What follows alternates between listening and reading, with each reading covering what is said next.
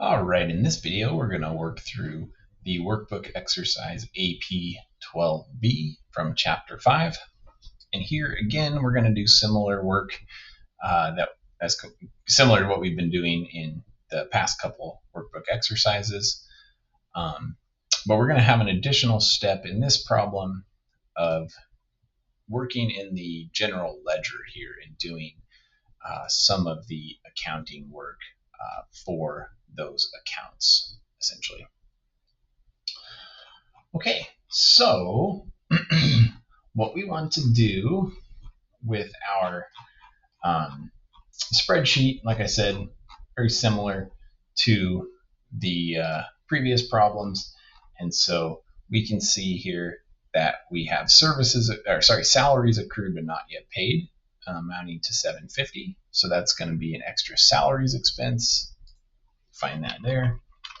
And it's going to be salaries payable, debit and credit. And here you can see the debit and the credit. I'll do one thing differently, I guess, in this problem compared to the last two. Why don't we go ahead and put these in concurrently with the journal entries? Just maybe that might even help things be a little more clear as far as, we've got our salaries expense, our salaries payable, the debit, and the credit. Again, I'm going to come back and do explanations later, but that way you can maybe tie those concepts together in a little bit easier. Unearned revenue of $620 has now been earned, so we're going to reduce our unearned revenue by $620, and we're going to just record regular revenue, turn it into revenue of $620. So again, let's jump over to our general journal, and we're going to debit unearned revenue, and we're going to credit service revenue for $620 of each account.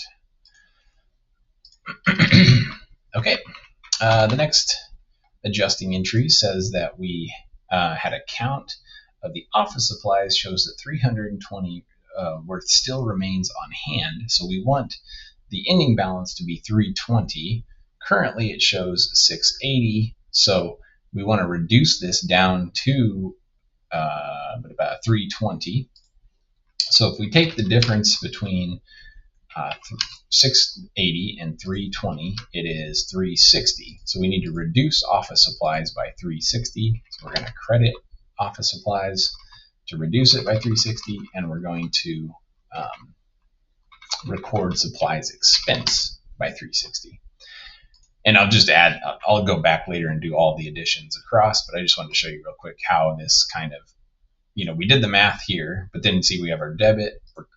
We're going to subtract it down the balance with a credit, and we end up at 320, which is what it told us was the ending balance from doing an inventory count. So really, when we went and counted, there's only 320 left. Before we adjusted, it was 680. So now we adjusted it down to reflect the actual count that we see. Okay, let's jump over and do our journal entry. So that was supplies expense as a debit, and office supplies got credited to reduce it, to reduce the asset. So increase the expense and reduce the asset. Okay, perfect. The next one says interest accrued on a bank loan not yet paid is $70. So we have an interest payable is going to be increasing, and interest expense will be the debit there. So let's put our debit in first, and then interest payable. 70. Find interest payable. There it is. There's the credit. Okay. And the last adjusting entry is that monthly depreciation on equipment was $400. So let's go put that in here first. So depreciation expense will be our debit, and our credit will be that contra asset account of accumulated depreciation. Okay, so depreciation expense. And as I just said, accumulated depreciation for the credit. It was 400. There we go. And let's just run through put some of our explanations in real quick. So we can say accrued salaries, expense, unearned revenue now earned, office supplies used up, accrued interest expense, and depreciation on equipment. Oops, didn't spell that right. Let me do my spell check. Okay, there we go. Okay, and then let's also don't forget to finalize our trial balance spreadsheet here. So there was no adjustments to cash or accounts receivable. We've already did that adjustment, carried across. Nothing on equipment. We added to the credit balance for accumulated depreciation. Accounts payable had no adjustments. We reduced unearned revenue, so it's a lower balance now, 630. Nothing on notes payable. No adjustment to capital. No adjustment to withdrawals. We increased service revenue. It was a credit balance, so we put some more credit balance to it to increase it. Same with salaries expense. It was expenses are debit balances, but we did a salary accrual to increase our salary expense from $1,400 to $2,150. Interest payable got adjusted, but there was no beginning balance, so the ending balance is just that credit balance that we calculated. And same thing with depreciation expense, interest expense, and supplies expense. They had no previous balances, and so their ending balances is just what we recorded in the adjustments. Okay, looks like we balance out on our debits and credits in each of the 6 columns, and we have all our journal entries in. So the one final step that we need to do that we didn't do in the previous problems was to analyze and post these journal entries to our ledger here. And so the ledger, this is the general ledger, and then the individual ledgers for each account. You can see we have all these different accounts: accumulated depreciation, office supplies, unearned revenue, so on and so forth. We've only included the accounts here that did get adjustments. So there would be ledgers for cash and accounts payable and all these other accounts receivable, etc.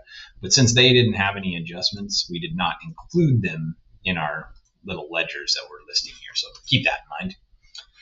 But for things like office expense, let's put in our balance here before the adjustment. So let's do a little linking, and hopefully this will help you see how it all ties together as well. So what we're going to put in where it says opening balance is going to be our unadjusted balance. So for office supplies, we have 680, and it was a debit balance. That's what the DR shows. And then we did, and we can do it off of here as well if we want to. We could do the fact, so we have office supplies being credited for 360, and that was a debit balance minus the credit balance, leads us to 320. So you can kind of see here, it's 320 here, it's 320 here, and then the 360, which is the reduction, is shown, where is it? Here. Okay, so these different tabs and what they show in each one is they're all different forms and serve a different purpose, but they all reflect the same information essentially. So that was the office supplies asset account. Let's look for the office or supplies expense. And so supplies expense had no balance in it before we did our adjustment, but when we did the adjusting entry here, it's a debit supplies expense.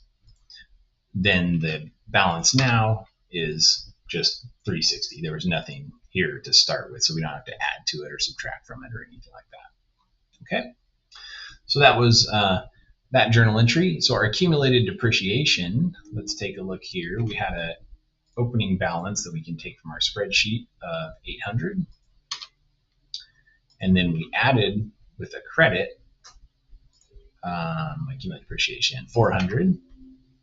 So our ending balance after the adjustment will be 1200, and that's how it's shown in the ledger, and then that should match up to the 1200 that we'll see here. Credit balance 1200, add 400. Perfect. We need to post the debit side of that entry though, so we need to find depreciation expense. Again, there was no opening depreciation. We can see that here. There's no depreciation expense to start. but we did record 400.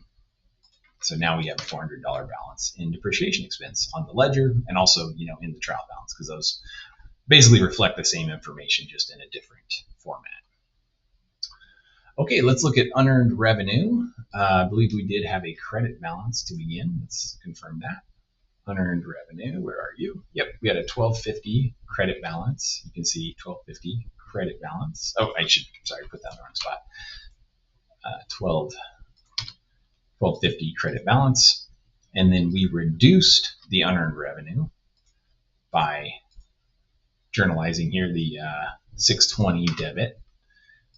And so we had a credit balance. We debited that to reduce it. So now we have a $630 unearned revenue ending balance, which should agree. Yep, that agrees there, 630. And then we need to record the other side of the unearned revenue, which is a credit to service revenue. So let's find our service revenue account. I believe we did have a beginning balance in service revenue. We had, $8,700 to start. It's a credit balance. Revenues increase with credits. And then our journal entry was an increase as well to that for service revenue, 620. So we had a credit to start. We added a credit to it, 9320. And you can see how that 9320 agrees to this 9320 here in our spreadsheet. Okay, salaries expense. I think we did have some salaries expense to begin. Shoot, now I can't find it. Oh, here it is. Okay, salaries expense. So we had 1,400. I keep doing that. Sorry, it should be in the balance column. We had 1,400 to start with. It was a debit balance, and then we did a journal entry, an adjusting entry to increase salaries expense by $750. So a debit plus a debit gives us $2,150. That should agree to a $2,150 we see here. Yep. And then salaries payable is going to be the other side. We had no beginning balance in that, but we did do this entry for $750. So let's find salaries payable. As I mentioned, it was a zero beginning balance, which I could tell by looking on our spreadsheet here. Nothing, no beginning amount, but we did credit it to increase the liability to $750. So let's put that in there, and we can just equals that, just carries over. So you have a $750. And this should be credit. It's a credit balance for the payable. The salaries expense should be a debit. Let's make sure that's in there, right? Yep, debit. Good. 750. So when we do these, when we're posting to the ledger, you can kind of hopefully you're starting to see, like, we just take this journal entry here and kind of break it up into its two components, these two different accounts that are affected, and you can see how they each get the entries. That journal entry gets broken up, and then the individual debits and credits get recorded in the respective ledger accounts for those individual accounts that were affected by the entry. Okay, we're getting close. I think we're on, let's see where we're at. I think we need the interest expense and the interest payable. So let's look. Did we have an interest payable balance to start? Let's take a look. Interest payable. Nope, we did not. I'll just link it with a zero. It's fine. And then we did this journal entry to credit the interest payable. 70. Okay, that's great. And we need interest expense to be the other side. I don't think we had a beginning balance, but let's take a look. Yep, no beginning balance to start. But we did post this entry for 70. And so now our ending balance and interest expense is 70 as well. So I think that is everything. I think we've captured all of our journal entry activity, and you can see how the activity, as we've looked at, all agrees with the ending balances here, agreeing to the ending balances on our adjusted trial balance. And that's what we expect to see. Typically, the flow is that you finish your journals first, your ledgers all updated, and then the ending balance from these ledger accounts are what are used to create the ending adjusted trial balance. So we might be doing things just a little bit out of order from what you'd see in a real world environment, but I think that it doesn't really make a difference from an academic perspective. Really, what I want you to know is just kind of how to understand the adjustments and what they're doing, and how the different forms, whether that's the spreadsheet, the general journals, or the ledger, how they all look and how they are connected, essentially. So, all right, well, thanks everybody. That was AP 12B, and we will finish up AP 13B, and I think we'll do AP 13B and 14B in one video because they're relatively short problems, and we'll wrap up this series with that video next. All right, thanks everyone. I'll see you there.